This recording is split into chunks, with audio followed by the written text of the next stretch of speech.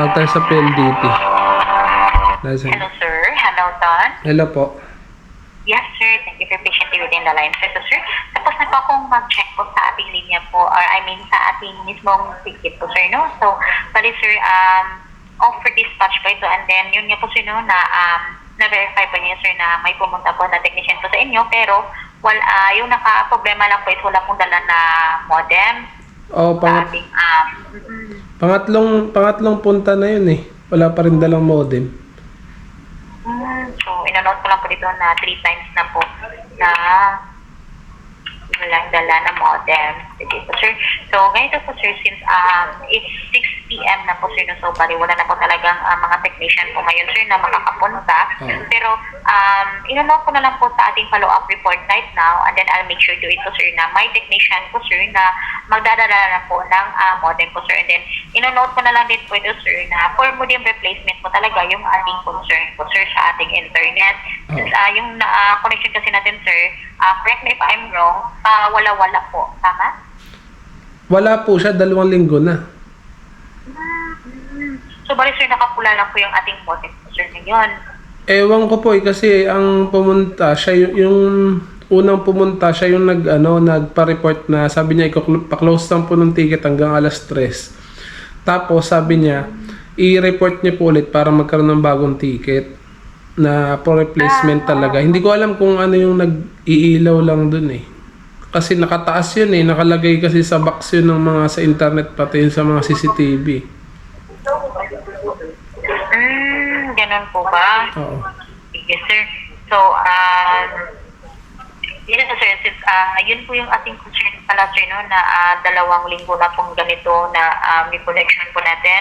And then, need po talaga tayo na mapalitan na yung ating modem po, sir. So, i-coordinate ko na lang po yung ating report po ngayon, sir, ha? Sa ating, aming one of TL po, sir, sa team leader po, sir, sa aming technical team po, sir, para ma-forward po itong concern natin, sir, sa technician po, sir, na pupunta or mag-tech visit po, sir, kung makaka-schedule tayo bukas po, sir, ng tech visit po. Padadala na lang po tayo ng ating modem para isahan na po, sir, hindi na po pabalik-balik at the same time. At least, sir, may madadala na po sila na i-replace po sa modem po, sir, ha?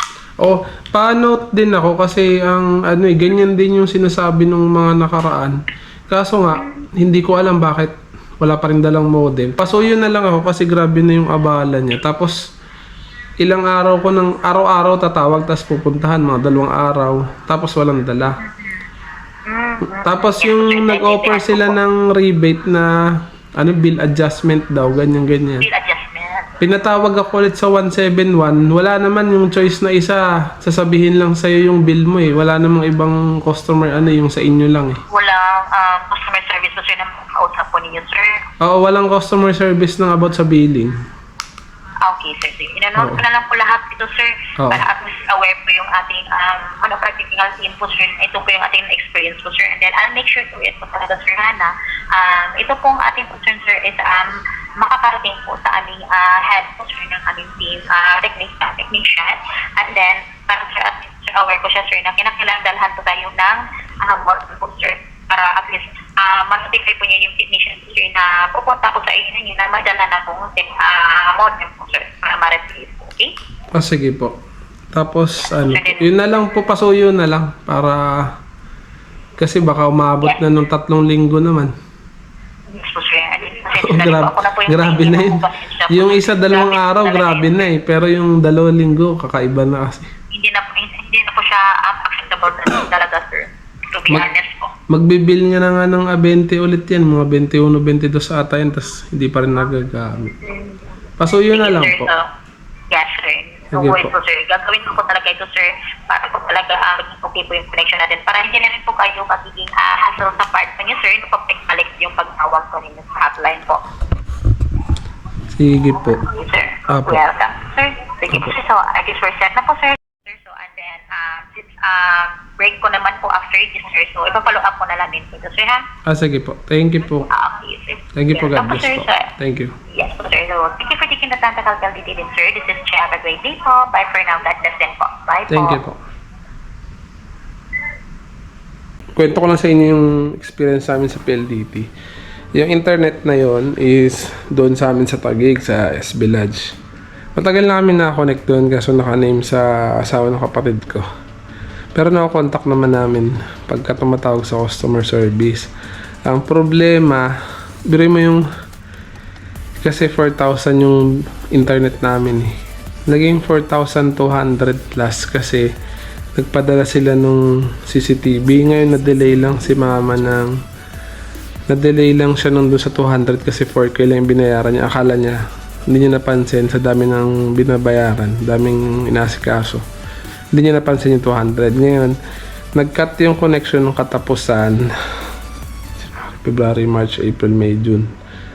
Nung May, ng katapusan, ngayon is June 8. Nung tinawag namin, kulang lang, binayaran namin. Ngayon, nantay namin yung reconnection. Ang sabi, 2 hours lang. After 2 hours, tinawagan namin ulit kasi wala pa rin. Tapos hanggang umabot ng gabi. Siguro di ko napansin kung 2 oras yun o lagpas pa. Basta lagpas yun kasi umabot ng gabi kasi maaga tumawag eh. Ngayon, hindi pa rin ako connect. Ngayon, nung itinawag namin, may problema daw sa line. May sa linya. Ngayon, na tinawagan namin, sabi magpapapunta ng technician. Nung auno yun nung tumawag na yun. Nung dumating, June 3 o June 4. Grabe, lang araw na agad yung kinain. Nung katapusan pa walang internet. Ngayon, yung June 4, ang sinabi nung technician o nung contractor nila is for replacement na daw ng modem. Ngayon, naka-open pa yung ticket hanggang alas 3. Nantay namin nung tinawagan ko ulit. Kasi i-report daw namin sa 171 ulit. Ngayon, nung itinawag namin, meron pang sa PLDT Care, sa online, meron pang call, 2 beses, di ba? Naka-open pa raw yung ticket. Ngayon, nung isinara nung 3, gagawan daw ulit pagka umabot ng 3. Ngayon, wala namang nag-message nung hanggang 3. Di tinawag namin ulit nung hapon. Ang sabi, June 6, babalikan. Ngayon, bumalik, araw-araw kami tumatawag, bumalik. Wala pa rin dalang modem. Hanggang ngayon, yan na yung kausap ko. Pa rin naka-include sa kanila na magdala ng modem. Sila na nga yung contractor o technician na nga nagsabi na i-report na po replacement na ng modem. Kaya ang gulo, ano ba talaga PLDT? Yun lang naman, nararanasan nyo rin ba to? Tapos sinabi nila, pwede raw magpa-move ng bill or mag-adjust ng billing. Pero walang makontak sa 171, diretso sa kanila. Kasi yung sa billing, pag kinlik mo, magsasabi lang kung magkano yung bill, tas may bill na. Siyempre, due date na naman sa 22. Ngayon, June 8 na ng gabi. Bukas or sa 10, pupunta yan. Tapos baka wala na namang dalang modem, pangalawang linggo na. Baka umabot pa kayong 3 linggo na may billing na may due date na ulit, tas wala pa rin. Ayusin nyo naman, PLDT, grabe naman kayo. Grabe na yung abala nyo, pakiayos naman, PLDT, baka naman. Sasabihin hapon na wala na raw pupunta, di bukas ulit. Pagdating ng bukas, sa sunod na araw yan ulit. Grabe na experience nyo ba ito? Grabe abala.